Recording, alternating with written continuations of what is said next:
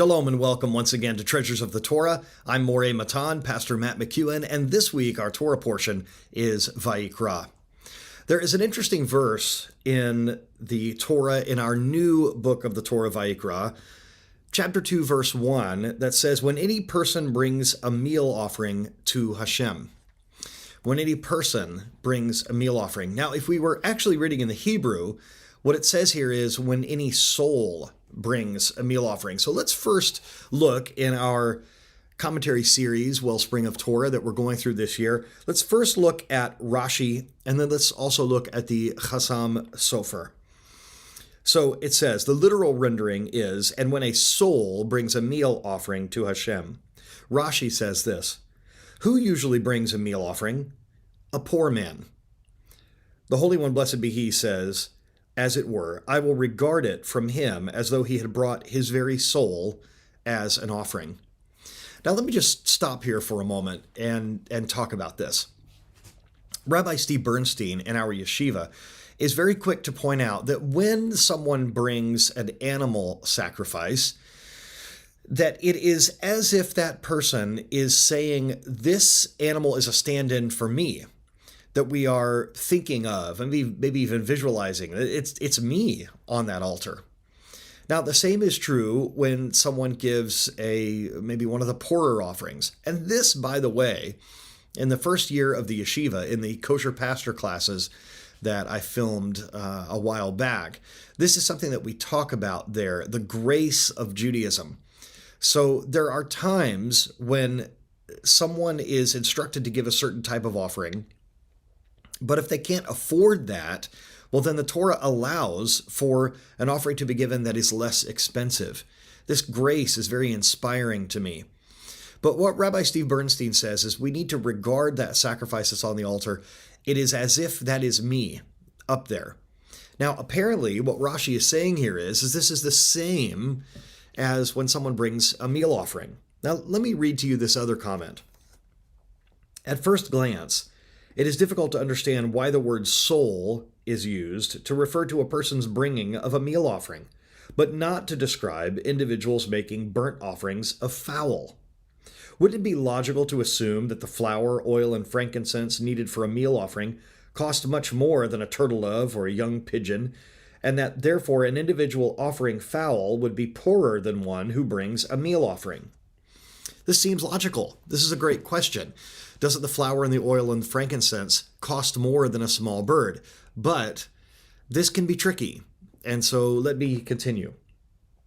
However, if someone brings a meal offering, it is obvious that he does not even have the pennies to buy a pigeon. Therefore, he takes a little flour and a little oil from the produce that he has gathered as the poor man's leavings or the forgotten sheaves from the fields, and offers this as a sacrifice, depriving himself of the little food he managed to scrape together. This is a sacrifice that may be said to be considered as though he had brought his very soul as an offering.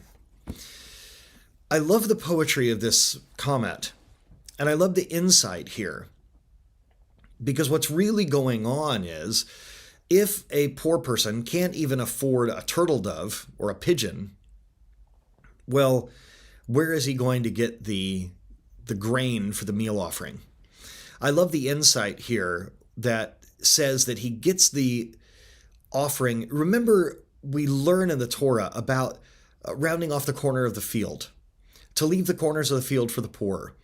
And if some drops out of your sheaf of grain, to not pick it up, to leave that for poorer people to come along and to pick up and gather so that they can have food as well.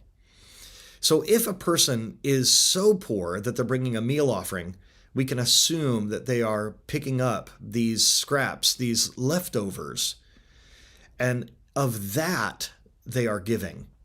So I want us to think about that. I love this comment where it says, the little they have that they were able to scrape together for food, for themselves, they are giving of that for their offering. It's astonishing. It really does remind me of where Yeshua in the Brit Chadashah talks about this widow that has 2 small coins, 2 mites, as we might call them. And what does he say?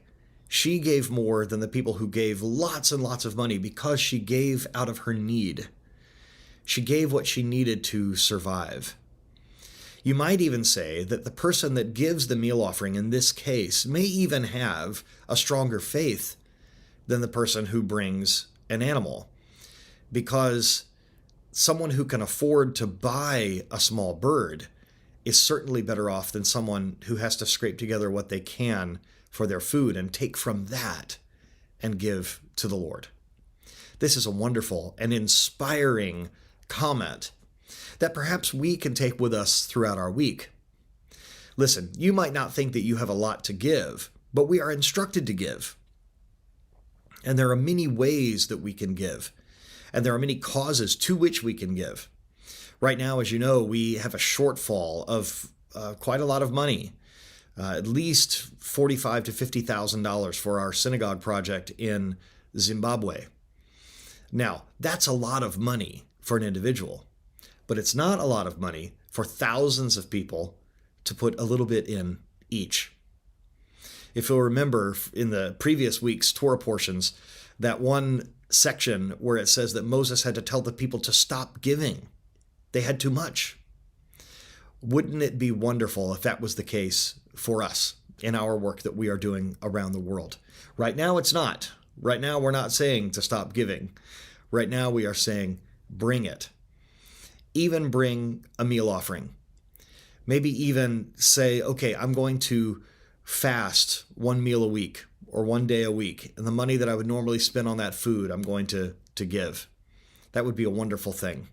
Maybe even just fast from fast food or extra little things, specialty coffees or other drinks that we like to get, especially in my country. We like to get specialty drinks, coffees and teas and things that might cost a little extra money. Maybe do without that for a week and give that money to the cause. I think it would be not only honorable, I think it would not only honor the Lord, but I think it would show that everyone is putting their little piece in, and then the Lord can multiply it. I hope this lesson has been a blessing to you. I want to wish you a Shabbat Shalom from all of us here at Ahavat Ammi International and Yeshivat Shuvu. And I pray that no matter what you have to give, even if it's small, that you would give it as if you are giving of your own soul to the Lord. Shabbat Shalom and Kol Tuv.